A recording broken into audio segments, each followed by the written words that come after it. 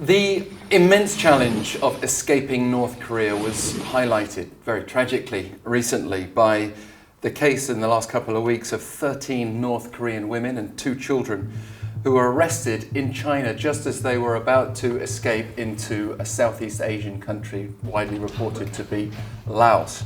Now, while South Korea's Unification Ministry says it's been communicating with a local civic group to look into the matter, there are well-founded concerns that this group could be sent back to the north by China against their will. Perhaps they're already back in North Korea. And despite defections remaining tough since tighter border security measures were introduced during the COVID-19 pandemic, the number of North Korean escapees making it to South Korea has increased this year. So it's difficult, but obviously not impossible, and possibilities are apparently opening up. On Looking North this week, we welcome into our North Korea Now studio a man who not only escaped North Korea, but says that while he was still living in the north, he crossed back and forth into China countless times. And I directly quote based on the conversation I had with Lee-Seong-min before this interview. Lee-Seong-min, thank you very much for being here with us. Thanks for having me, Alex. I mean, I've met you for the first time, I think it was about a decade ago or just over a decade ago. And I think this is the first time we've done a formal studio interview together, but I've been able to get some details of your remarkable story, you know, over dinner and that sort of thing. And I'm really looking forward to having you share that with our audience today. I hope you don't mind a coffee with me today as well. Yeah, thank you for this. I'll have it as having conversation with you, and it's really wonderful to see you here again. And in this studio, didn't quite expect to have this in this setting, right? By the way, I once interviewed a North Korean defector who was running a coffee shop. Oh. And he told me that when he was in North Korea, there was no like Americano or cappuccino and latte and all this kind of stuff. Sure. So what kind of coffee did people drink in North Korea when you were growing up? Well, I think that is a very good question. I don't really remember, seeing the coffee. Of course, I never experienced that I had coffee when I was in North Korea. I'm pretty sure now, if you go to North Korea, like Pyongyang or like big cities like Hamhung and Cheongjin, you see some coffee shops in a limited, capacity. I mean, limited number of coffee shops. But usually, of course, it's available to those who have, who are rich, right? But just give you an anecdote. When I was coming to South Korea, of course, I was going through Southeast Asia, after crossing the mainland China. Someone bought me coffee, and I had no idea what it was. And I just got, just I had a small bit of it, and it was super, bitter. Bitter. And so you didn't get like the sweet Vietnamese version. Yeah, just kind of I spit it out, and even before him, I felt really bad about it. Oh, well, look, I think a lot of people will do that with a black coffee the first time they experience it. By the way, I cannot live without it these days. Yes, well, welcome to the Coffee Republic, because it feels like that, doesn't it? To a certain extent here in South Korea, it's exploded, the coffee scene. One of many differences that we can perhaps touch on. I should point out that you are now the director of the Korea desk at the New York headquartered Human Rights Foundation, and we'll come on to a bit of what you do to support ordinary North Koreans, to give them a voice. But I'd like to start with your story. So you're from Haesan, that's a city bordering China. Yeah, it's located in the northern most part of North Korea, bordering. The Haesan borders Changbai County of Jilin Province, China. Yeah. Okay, so you could look across and see China from your city where you were? That's right. Yeah. And you were born in 1987, just to place some context here, because that means presumably that your earliest memories would have been in the 1990s when there was this awful famine throughout North Korea. Does that dominate your earliest memories, or what can you tell us about your earliest life as you remember it? Yeah, that's absolutely right. The famine, the 1990s famine, is among my earliest memories, and it's indelible. And it was such a weird time for me, and I believe for many North Koreans as well, because that was unusual. There was a lot of things, a lot of social systems was didn't properly functioning, and we started seeing like a lot of people going hungry without food. And when you go to public places like train stations or public park or things like that, you see the people dying there. And I didn't expect to see that kind of situations, happening before my eyes. I think that partly, I think that kind of a situation caused some kind of a cognitive dissonance in me. The reason because what was learning in school, what we were learning in school in textbooks and what propaganda was saying about the country was vastly different than what we were seeing on the ground. So yeah, so a lot of people crossed the border into China to find the food, and some people died in their attempts, and a lot of them also never returned back, to their hometown. It's unimaginable for, I'm sure, many of us. Mm-hmm. For myself and for many watching right now and listening to you speak, but you also lost someone very close to you in your direct family, that your father, and mm-hmm. For many people who spend the first 10 years or so of their life with a mother and a father, mm-hmm. It's going to have a huge impact when they lose one of their parents. But when I spoke to you in the past, you told me you didn't remember too much about your father. He was a military man, but why do you think that is, that your memories of him are not so strong? I think partly because I was young. It was before even I reached 10, and also because my father was a military officer. He didn't stay much of time in home.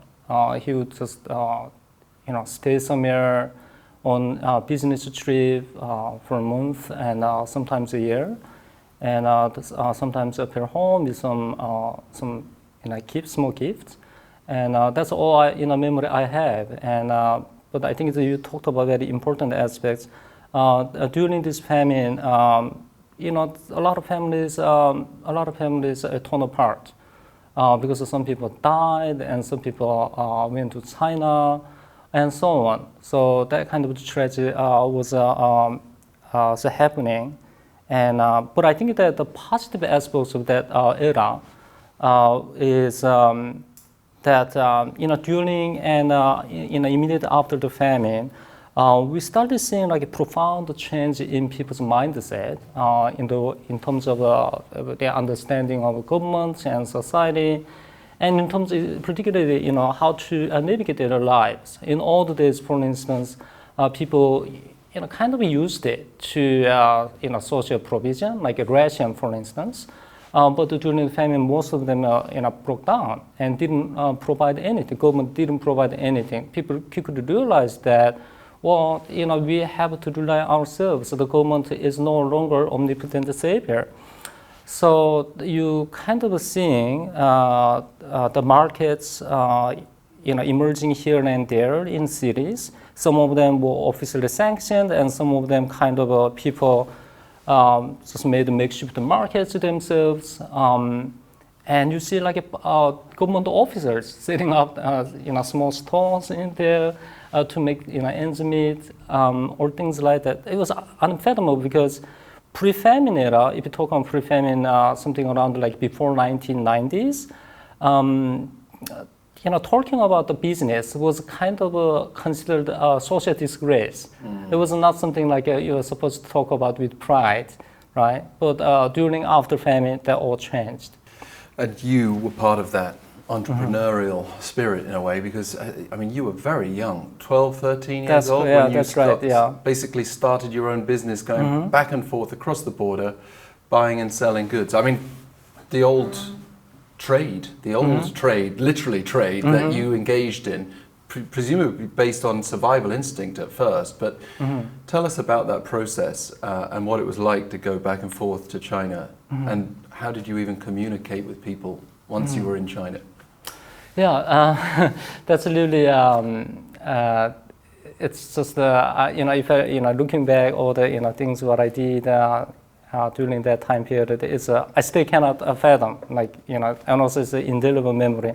So basically, I started sneaking across the border. Across a bridge? Yeah, the river.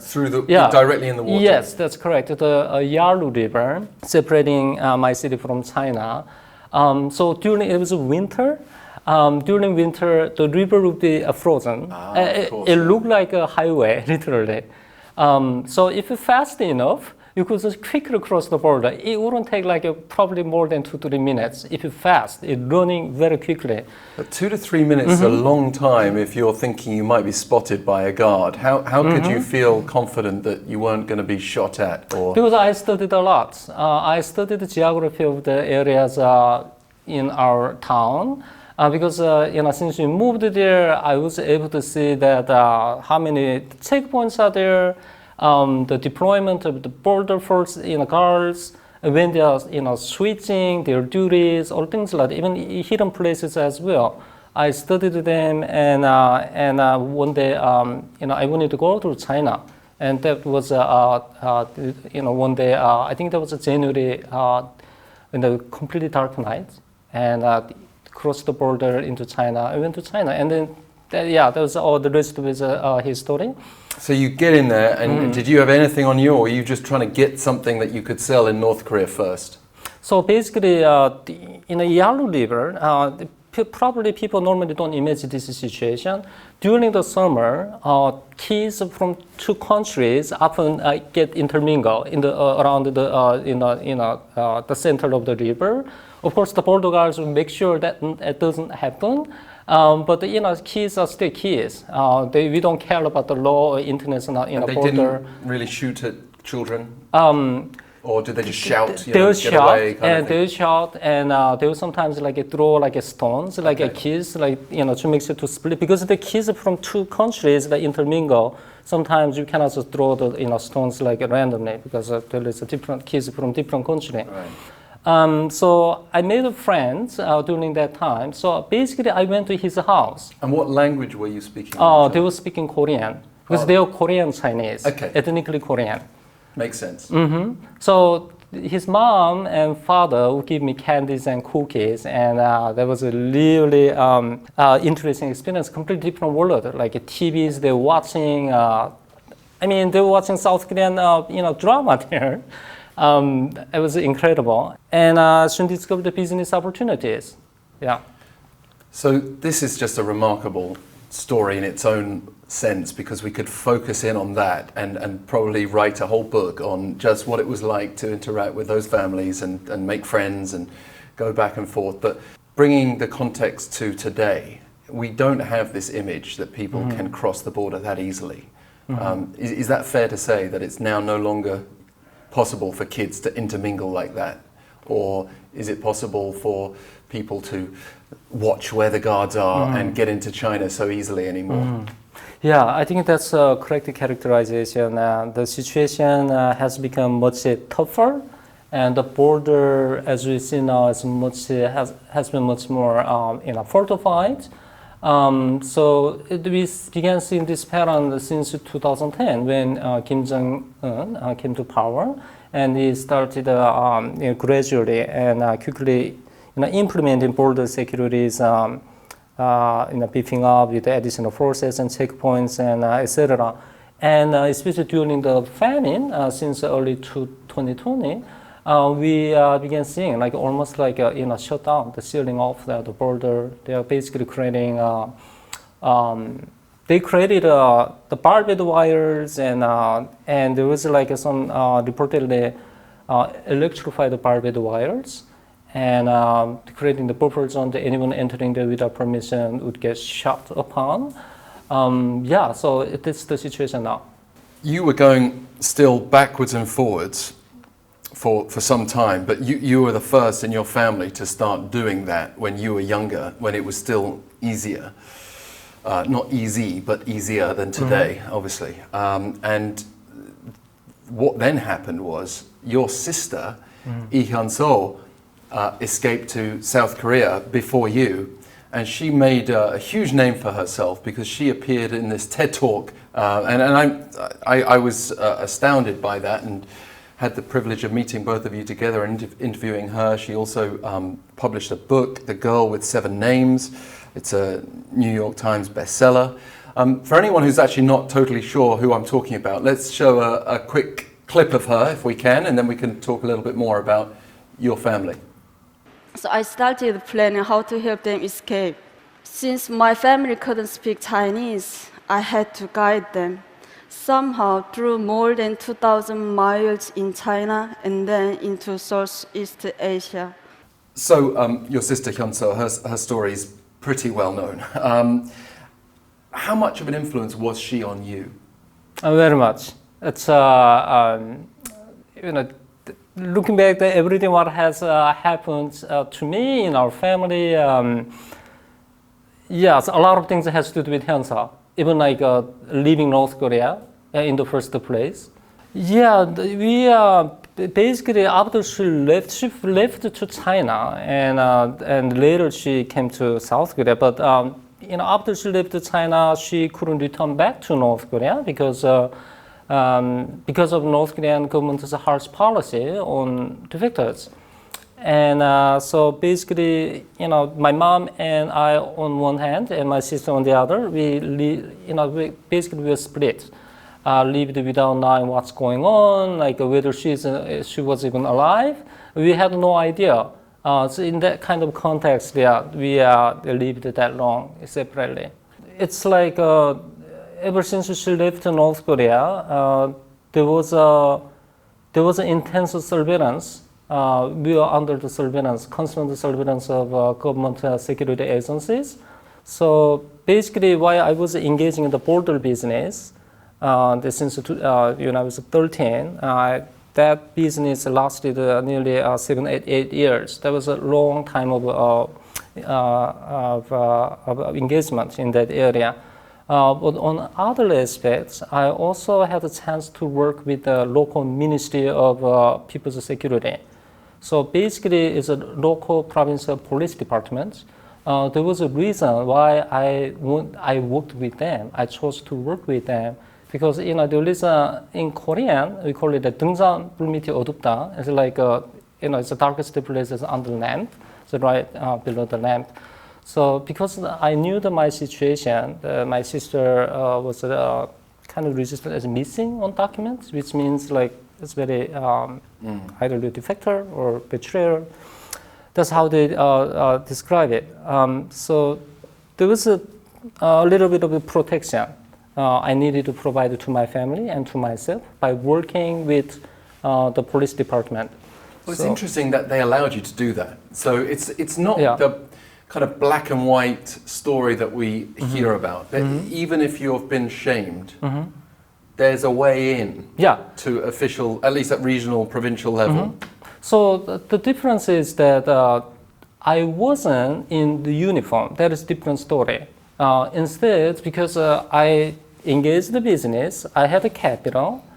Basically, what happened, all the whether military or people's committee or social institutions or even police department, they all needed some kind of budget, the funds. They're always running short of the budget to run their work. So I basically offered a vehicle So vehicle, there was the truck, it's like the 5-ton capacity, the truck. And by operating that vehicle, basically we created the foreign currencies for that department. So which in turn allowed me to move around relatively easily.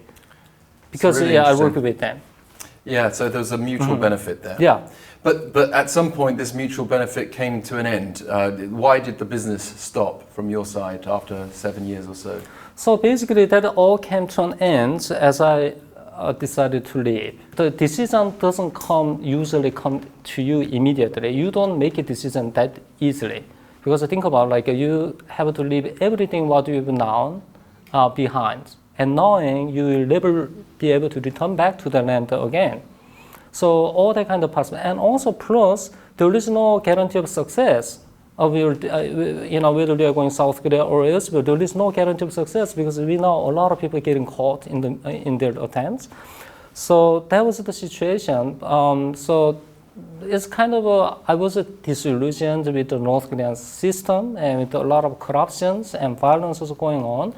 But on other hand, we also needed to see our, my sister, from my mom is her daughter, and living without seeing her for over 10 years. That was very painful. But did you have a mobile phone communication with her? I mean, you're at the border, so you can get the communication from China. We had eventually a connection. We eventually established that connection because Lee-Hyeon-seo reached out to us through Chinese person, the business person, and since then, and also for the reasons of my business, I use the Chinese cell phones. So before we left North Korea, of course, we had the Chinese cell phones, with which we were able to communicate with Hyun-seo and coordinate that, the days to leave the North Korea and when to cross the border, etc. But yeah, talking about the day when you're leaving, I didn't, at that particular point, I didn't plan to defect. I didn't plan to leave. My sole mission was to escort my mom to China because border guards were basically my business partners. For us, crossing the border wasn't an issue, but I needed to explain to them who she is because I didn't tell them she's my mom. Because it was very risky at the time because the family defection was increasingly hot issue, dangerous topic. The border guards will receive the order to apprehend any attempt of family defection, etc. So I basically told them she is just a business partner and she needed some business and I'll return back after that business done. So you get across the border through your contacts and you get into China, but there's still a big mission to get from China to South Korea with your mum. So you can't just travel in your usual methods. You've got to think all the time about traveling together as a pair. At what point did you go from, okay, I'm escorting my mother to, okay, I'm going all the way with her? How did that go? Yeah, so basically after I crossed the border and I delivered my mom basically to my sister and we met all three of us for the first time and especially my mom. I had seen her, I actually had a chance to meet her a couple of times prior to that, but for my mom it was the first time. And but what happened was the same day, I think that was the same day we crossed into China, I received a phone call from North Korean border guards, my business partner. He is in a little superior position. I cannot reveal his name. Basically, he told me, Seong-min, do you know, that all the people basically watched you cross the border with one woman into China. So we will need to explain who she is, because that the head of a security agent and also political affairs agents. They all watched it, so we will need to prepare, to answer them. But at that point, I just kind of decided. It was a really surprise to me because when I crossed the border into China with my mom, there were about 6 or 7 border guards, and with the rifles or as they usually do. And they kind of waved their hands at me, right? Because they're all my friends, my business partners. But I guess that one of them probably was a spy, and they reported up to upper authority what I did. So I had to think about it because there were one of the two things I could do at that point. Either I defect or return back to North Korea, but I need to bring with my mom together. So it's kind of it will be a matter of time because once they start the investigation, they will know who she is. Yes. Right? So it's a matter of time. So because I knew that how they would do with this kind of investigation process, so I decided to leave. It was a matter of basically a life or death, whether I stick with the family or just permanently live in North Korea. What was the journey then? Did you go through Southeast Asia? How did you get to South Korea from that So point? yeah, the crossing the border, and then we had to travel all the way to southern part of China. The early part of you talked about the Kunming, where the other people got caught. So basically, we went there, and then we had to cross the jungle to go to Laos. In Utopia, but we were captured in a huge virtual prison. Sometimes people will die through torture.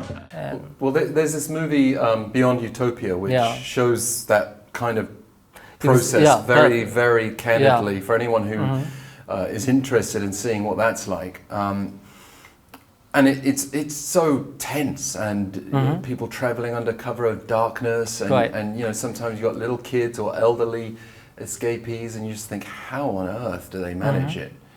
Because it just looks almost impossible. And Yeah. you did that with your mother? Yeah, exactly. It's really tense, especially when you're watching the Beyond-Utopia as a documentary, as a movie. You still feel that tense. But imagine the situation, you are in that situation, and when you are going through that, from the moment of the leaving that border city, the China, and moving towards that your next destination, basically there is a 4,000 kilometers away you have to navigate through. There is no guarantee you will be safe. Because there's any given moment, the police will come up and just ask you, Mandarin, and check your ID, and that's how a lot of defectors get caught. But yeah, every hour it felt like just the hours and months and years, and we are apprehended in Laos in a prison for basically the police the caught us, and upon they discovered that we didn't have any passport, they were just put in a prison, and then later they relocated us to another prison. But yeah, so what I noticed was that in prison, I think that it was this is what happened in Vientiane, the capital of Laos, and there was an international prison when you were there. I was put in a cell with other prison mates. There was some people from Africa, India, even UK, and China, of course. There were all kinds of the people, and the prison system was providing food and kind of allowed the people, doing some exercise. But the food quality, I was shocked when I saw that.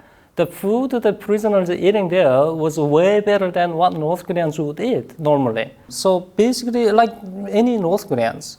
Yeah, so the point is that meats and eggs and white rice, all kinds of things is hard to see. That's so the you're reality. in prison in Laos, and you're getting these things, and you're thinking, wow. There was basically having like a meat and having the white rice, and there was and they were throwing away a lot of leftover food there, and there was a shock to me, like, wow, this is way better than life in North Korea. So, so presumably you were in like a male section, and your sister and mother were in a female section. Separated. How did you guys manage to get from that prison then? So if this was today, like we're reporting on with this group of 13 women and 2 children who've been arrested, the difference for them would be they've been arrested by Chinese authorities, and they would be taken to a detention center in China and potentially wait days or months or sometimes even years before they could then know their fate, whether they'd be deported back to North Korea. But for you were in Laos. So did you have any idea what was going to happen, and how did you then get out of that prison to South Korea? So basically, that was really the situation we couldn't quite comprehend at the moment, because Laos has a diplomatically very close relations with North Korea. So basically, you see the DPRK embassy in Vientiane, and a few kilometers away, you see ROK embassy. So the situation was like we could have handed over to either North Korean embassy or South Korean embassy. That depends on how the Laotian immigration authority decide. Yes. So thankfully, in our case, they handed over to ROK embassy. But there was a lot of tensions back then as well, because when interpreter came, someone came to us to basically interview us. There was an investigation.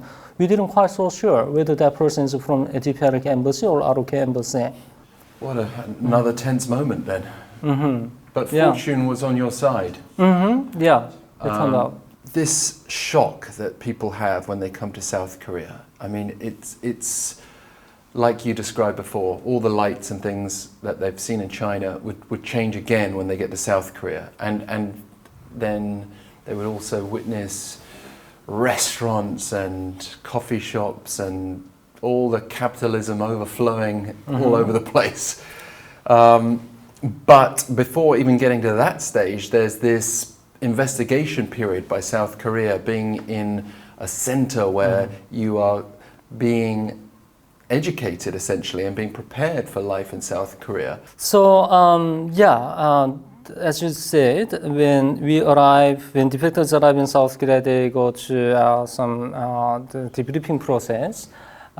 First by investigation agency and combined with other government agencies. So the point, I guess, is to whether you are a genuine North Korean defector or spy. Or things like that. So I think that after that, we went to the Hanawon, the government facility where we learned, as you talked about, educating about South Korean society. Also, some others say, de-learning about what you learned. I mean, it sounds very much like when you hear these reports of people being re-educated in authoritarian countries. That sounds like a euphemism for a prison camp or labor camp or something that involves being punished for whatever you've done wrong. Perhaps smiling at the wrong person at the Olympics, for example. But for you, did you view it negatively, or did you think, oh, this is great, I'm learning? I was nerve-wracking. I was scared. I was like being in a facility of, the Hanawon was fine. When we were receiving the debriefing process, that was quite nerve-wracking. I mean, first of all, I think that, what you know, it shapes basically your whole worldview. So in North Korea, we learned about a lot of bad things, a lot of really unimaginably bad things about Angibu, right? It's a 국정원, the NIS now, right? That was the facility we were in, and that was a kind of a perception we had, but not that kind of things happened to me personally. And in Hanawon, I think that the things we learned, I think there is a lot of things. Of course, there is always things that you could improve. There is always room for improve. But that was very useful in my view. We learned that it's like basic things like how to navigate the computer, like how to access computer browser, or things like that. It was very basic. But I think that what I didn't quite expect was about history. About the Korean history, for instance, the Korean War. We didn't think about quite deeply about it. In North Korea, every North Korean is taught that Korean War was initiated by South Koreans, backed by imperialists, American imperialists, or things like that. That was our knowledge, right? There was no question, not to question about it. But in Hanawon, basically, they were saying that's actually true the other way. That North Korea initiated it, and then there was something quite interesting historical aspect. Learning it. It's interesting re-educating your mind because you're having to view these South Korean agencies in a whole new way. The whole script's being flipped for you, and also when you're seeing foreigners in South Korea, like when you were eventually integrated in society, when you saw Americans, for example, you're now working for an American institution. Did you have to kind of overcome a certain instinct to be suspicious of them, to fear them, to even hate them? I did, kind of honestly. It was like, the fear. Because when you don't know about much of certain things, you tend to have fear. So it was kind of confusing, almost everything. Like when you, just after the Hanawon, there was a 3-month the training period, and 3 months really is not long enough. If you think about, whole life you learned in what you learned in North Korea, and then relearning just like a little bit, 3 months period. And we got out that, that training. And what we saw was like a whole different, kind of the lifestyle, like Starbucks, like Dunkin' Donuts, or things like that, or like English, signages on the street. And yeah, I think that I also got like a similar impression what my fellow defectors also say. Oh yeah, what North Korea says might be true. Like South Korea is like colony of American imperialists. Here and there, there's a lot of English signages, right? So when I entered the coffee shop, like I had no idea how to order, what to order, even though they were written in Korean, like cappuccino, Americano, things. No idea whatsoever, even though I had money. It's ironic, because you arrived around the same time that I arrived in South Korea, which was 2010. And the same things that gave me comfort, because I was like, oh, I can recognize all this. I can get by before I could understand any Korean. Were the same things that probably gave you some feelings of anxiety or suspicion. It's really an interesting juxtaposition for us both. Yeah, it's quite it's coming from the totally different the world. But I feel like we've to a certain extent met in the middle, and now when I eat with you in a restaurant or see you in a social setting, I don't feel you're different at all to anyone else. I'm now expert. I'm guiding people what to order, what to buy. Yeah. So how did you end up doing what you're doing today with the Human Rights Foundation? Yeah, I'm currently working with Human Rights Foundation, a nonprofit based in New York City. And what happened was that I studied in New York City, and actually at Columbia University School and International Public Affairs, CIPA. I did study Internet Security Policy and Management. Finished my graduate program around early 2021. And during my study, while in school, I had a chance to work on several high-profile projects and organizations based in Canada, Korea, and the United States, with a focus on improving human rights in North Korea and information access in North Korea. So I had kind of it's kind of the real-world experiences, while in school. So by the time I finished, I felt like kind of I was equipped with to deal with the world problems. So around that time, my friends, my colleague, the Dr. Ji-eun Baek, she's currently at the Harvard University, and she brought to my attention the opportunity at the Human Rights Foundation. And when I saw that job description, and its responsibilities, and immediately clicked. Oh, this is exactly what I was looking for. That the Korea program, Korea Desk, the Human Rights Foundation, we have three main domains. The one is getting information into North Korea through USB drives and SD cards, and two, getting information out of North Korea, and to basically with the aim to inform the world of what's going on inside the country. In other words, you are publishing articles about the country's situation. The third category is overseeing the grant programs. You operate a website as well, NK Insider, that you founded, and there are all sorts of stories that come out on that. And it's a little bit like some of the other information that you see, Radio Free Asia and NK News and Daily NK. People might see all these sources and think, I don't know if I can trust them. I mean, I'm not going to ask you to judge all the others, but at least for your own platform, how can people feel that it's reliable information? How can people trust your sources? That's really a good question, and that's also, I think that that's a challenge we have on daily basis as you are, collecting information and turning it into reports. So basically, what differentiates NK Insider from other similar media outlets reporting on North Korea is NK Insider features primarily the voices of North Korean defectors. So as we know, there are now over 34 North Korean defectors in South Korea alone, and we felt that there is a need platforms such as Anchor Insider to allow the North Koreans to express their thoughts and views on a number of issues related to their home country. So that's why Anchor Insider launched this program early this year.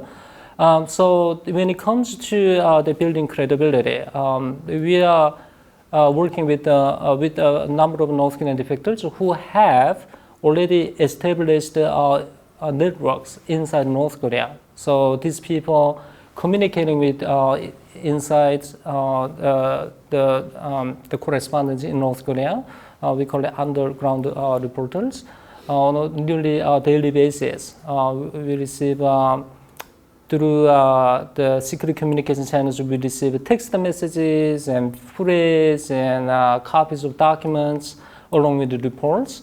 So of course, like for security reasons, we do not publish all of them because we have responsibility to protect their identity. But I think that I want to say this: there is always a chance of a margin of error, like in any work in any industry. So, what we do is trying to make sure that what we do, reporting on this is accurate. We make sure our writers double check and cross check the information we receive from North Korea. Going to wrap up part one here, and then in part two get some of your opinions based on your work on issues that are pressing today. But just want to ask a final question related to that. What about responsibility to yourself and your family? Do you feel that your work puts you in danger?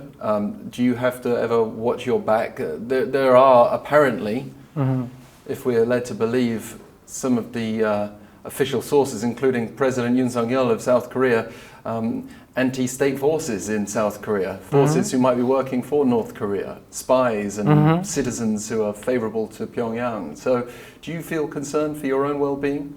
That's a good question. I'm always conscientious of that kind of possibilities. So just what we could do is trying to do best what we could. For instance, like when it comes to the handling the incoming emails, or like someone like asking for a meeting, in-person meeting especially. So we are trying to do our best. We're bidding the people who they are, and also not to talk about the meeting location in advance, etc. We are taking a precautionary measures. Yes. Although I had to send you the address for this studio. Yes. I'm happy to say that you didn't vet me. Well, maybe you did vet me. You're so good at it, I didn't even know. Thank you very much, Sung-min. We'll continue the discussion in a second. For now, we'll leave it there, but we'll return in part two of this special Looking North interview. For views on pressing North Korea-related issues, please do like and subscribe. If you want to support our channel, if you want to stay engaged, if you want to get more content like this in the future.